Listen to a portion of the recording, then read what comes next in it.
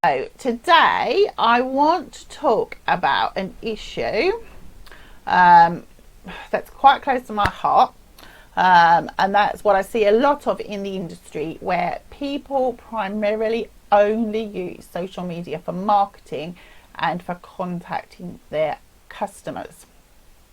Rebecca, your kids are back at school. Yeah, British. We love them to bits, but we love them when they go as well. I'm a bit like, we've only got 2 weeks though before they're back off for Easter, but there we go. Okay, now you should be able to see, there should be a thing down the bottom where you can ask a question. So hopefully you can see that on the bottom of the screen. There should be a little next to the comments. It should pop up in a minute saying ask me a question. If you can't see that, then and you've got any questions, just post it in the comments. So let's crack on then. So today I wanted to talk to you about, are you putting all your eggs in one basket? And I've themed it around Easter because everyone's thinking about Easter, but really it's more about social media.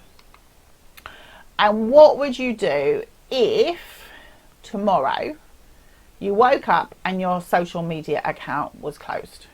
How would you reach your customers?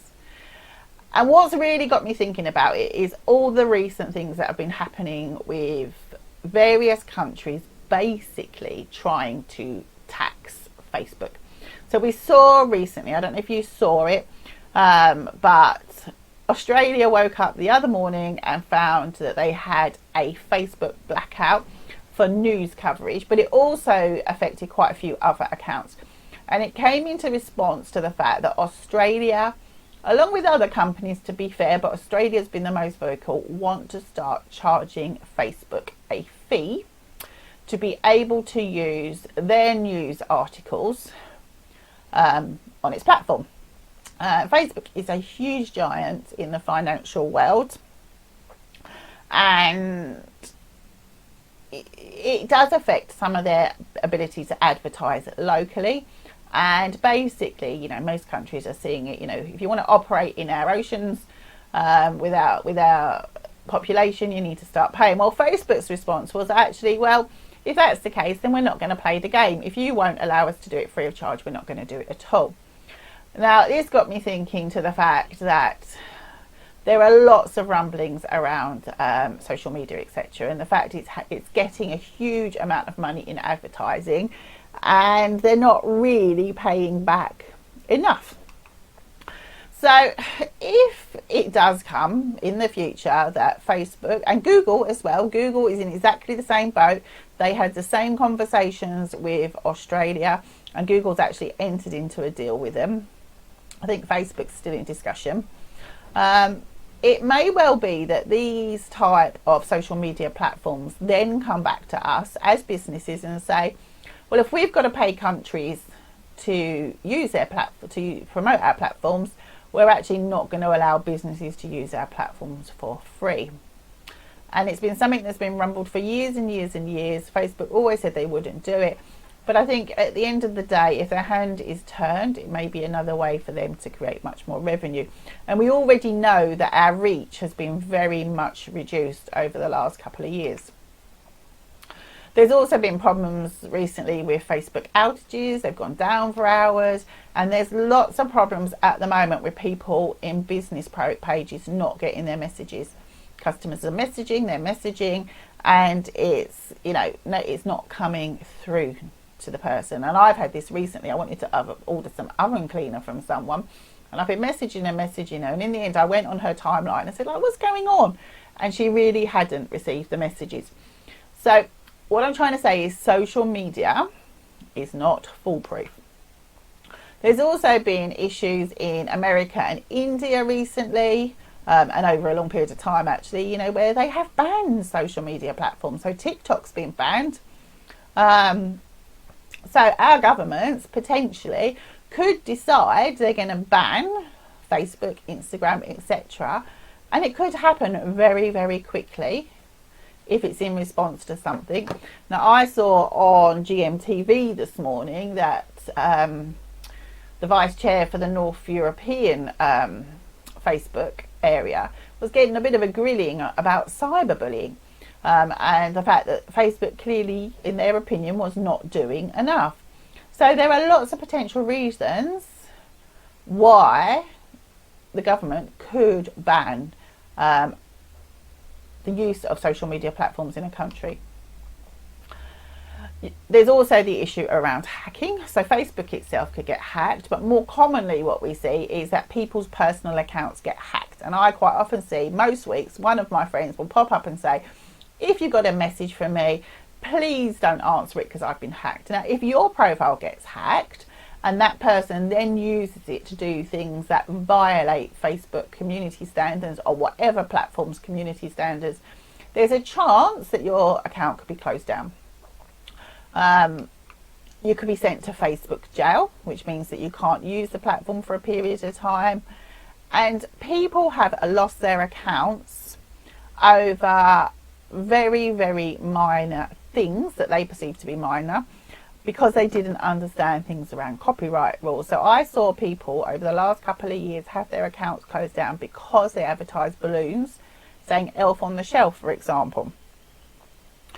So there are lots and lots of reasons why, if you're only using social media to market or to contact customers regarding orders, etc., that you can be putting your account at risk, because ultimately all Facebook pages are linked to your personal profile.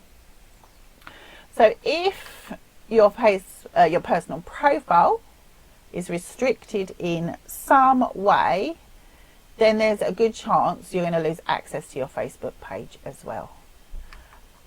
And I just want you to stop for a minute and think to yourself, you know, what would it mean if you woke up this morning, you went on your phone, because we all do it, don't we, before we get out of bed, and check your messages, etc., and think, well, where's my Facebook gone? So you jump onto your laptop and it's gone. You've lost it. And you can appeal to Facebook.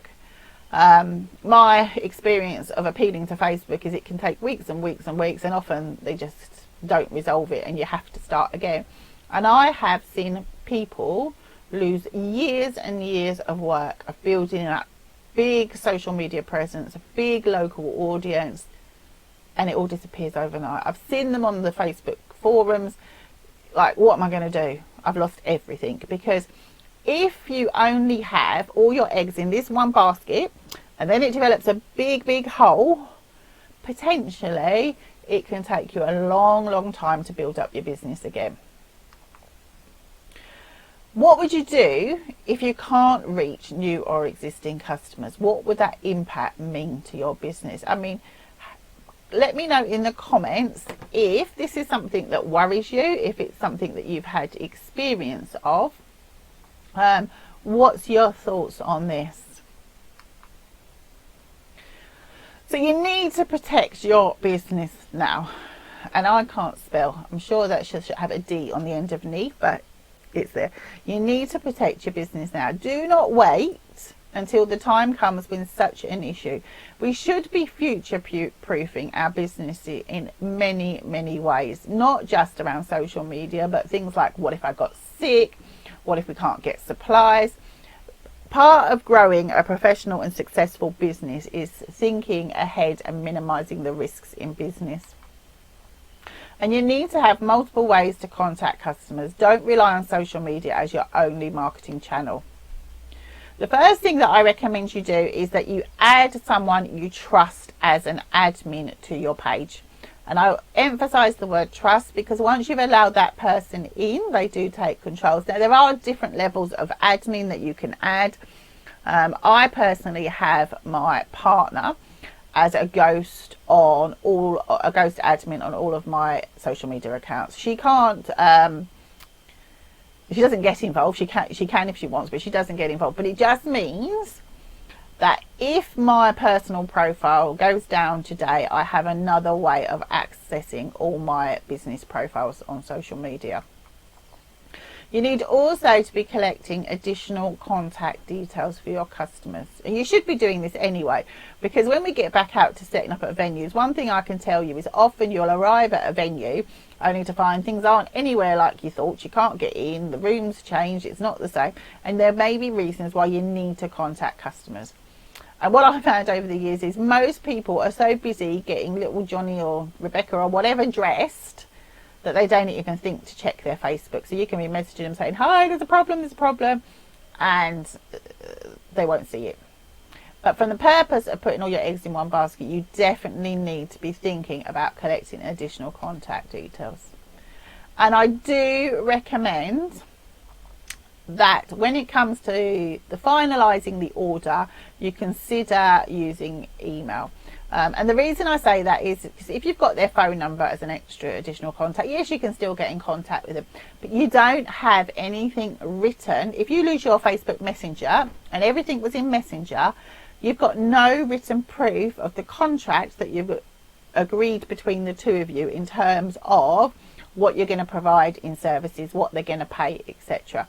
So I do recommend that you consider, just as the final, part of booking an order, that you send them one email saying, this is your order, these are our terms and conditions, by paying a deposit you agree to them, type thing. You do have to be mindful of GDPR. GDPR basically governs in the UK and Europe how we store any information that could personally identify a customer. So anything with their name, email, address, phone number, etc. You need to make sure you're storing it in a way that no one else can get hold of that information. So basic things like your phone or your laptop should be password protected. If you do use paper copies, it should be in a locked drawer. You can look up GDPR. There's lots and lots of information out there about what you need to be doing, and it does affect small businesses as well as large. What I do recommend for marketing is that you start to build an email newsletter now. Do any of you already do this? Let me know in the comments. Not only is it a fabulous way of marketing because you don't have to compete so much with the algorithms. I mean, on Facebook, I think average reach for a Facebook page is about 3 to 4%, whereas I get open rates of email around 30% and click rates of about 15%. So actually, I don't have to worry about it disappearing in the newsfeed. People are much more likely to open my emails and read them than they are to see my social media. But aside from that, if I lost my social media tomorrow, because I have spent the last couple of years building up an email list, I think I've got about 2,500, 3,000, nearly 3,000 people on my email list. It means that even if I lost social media tomorrow, I can still continue marketing and making sales to people. If I set up a new social media platform, I've got a way of letting people know how they can come back and find me. So I do recommend that from day one of starting your business, you start to collect people's email addresses. And you can't do this from your personal email. So, you've got a Gmail or you've got a business email, Sonia at Balloon Biz Academy, for example. You need to do this through an email marketing platform like MailChimp, or I don't know if Mad Mimi's around anymore, but you've got ConvertKit. There's all sorts of ones that allow you to do email marketing. Because if you do it from your personal email, it will be seen as spam and you will become blacklisted. So you will then find that email is blocked. You can't use it anymore, or it will go straight into people's spam boxes. So you do have to set this up properly, but it is worth its weight in gold, definitely. The other thing that I recommend is that you create a website to steer customers to, even if it's only a very basic couple of page website. Because again, if you lost social media tomorrow, people who are Googling would still be able to find your company. It's also, there are loads of reasons why people should have websites too, in terms of social proof, in terms of working with corporate customers, brides, and a few other type of customers. You really should have a website. But in terms of what we're discussing today, in terms of protecting your business, if you should lose your social media, you definitely need to have some other platform where you can put your products out there and people can see what you do. Because what you need to remember is none of us own our social media. We are renting social media basically. We have to follow the rules and the guidelines, but ultimately, you know, Mark Zuckerberg, as CEO for Facebook, Instagram and WhatsApp, could decide tomorrow that he doesn't want you as a tenant anymore, and he can close down your social media. Now, the majority of balloon businesses that I see on the internet, the majority of balloon business owners that I talk to, probably 90% of their marketing, of their contact with customers happens through one social media platform. And if that social media platform, for some reason they didn't have access to tomorrow, they wouldn't have a business anymore. It would be like starting from scratch. So don't wait until it's too late. You really do need to start protecting your business now. So I hope that helps. It's just something that's been on the top of my mind recently, particularly since, you know, the whole Australia thing. It got me thinking about our industry and what would happen if for some reason Facebook got banned in this country. You know, if the UK decide to follow Australia and bringing a type of Facebook tax, and Facebook doesn't want to play ball, potentially there could be many countries where we get into a bit of a social media war moving forward. So let me know your thoughts. Have you got any questions? I'm looking down because I'm checking my phone. Is that helpful? Is it something you've thought about?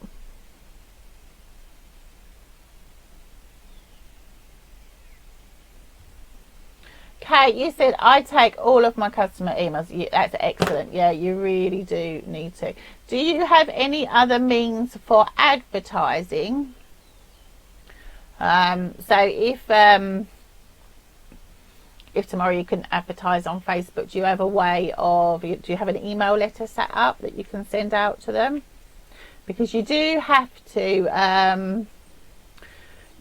have permission. The one thing with email marketing is, when a customer places an order, you don't have to have permission to contact them because they've entered into a contract with you, which allows that to happen.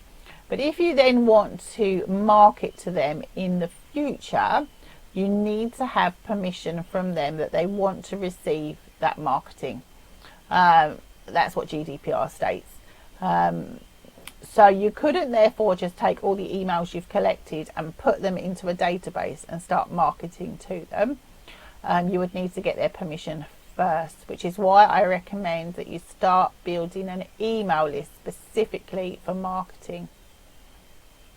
Emma, thank you. That's really made me realise how quick this could happen. Yeah, it's something I think that we think about. We know it could happen, but most of us are so busy in our businesses, doing our businesses, that often, you know, it might be, it was a thought I had, certainly when I saw the whole Australia thing. It got me thinking. I thought, oh, wow, this could really affect our industry if we woke up overnight. But then very quickly you move on to, like, who's messaging me? What's the next thing I've got to do? So Kate says, I use flyers and I'm in the middle of getting an email subscription layer, and I tell my emails. Perfect. Yeah, that is perfect, because you only got to be able to basically prove that a customer's given you consent to add your email marketing. As long as you've got that in some shape or form, that's fine. Right, I'm going to wrap that up for our live today. If you're watching on the replay, you're equally as welcome. Just put hashtag replay so I can see you. Any questions, post them in there and I will come back and look later. Let me know what the stream was like for this as well, because I say I am using a different software I've not used before, and it's really hard to tell from my end whether it's buffering or if it's jumpy. You can hear me all right. What's that? So Kate said, my booking forms can also be sent out and automatically, and they can click or unclick, which is perfect. You sound like you're very well set up, Kate. Good for you. That's brilliant. If you are not in the same position and you're not set up as well, I do recommend you start to look into it. Not only will it allow you to scale your business anyway, because it's a much better form of marketing for many, but also it will protect your business. Right, I'm going to wrap up there, guys. Lovely to see you again this morning, and I'll catch up with you in the group. Okay, bye for now.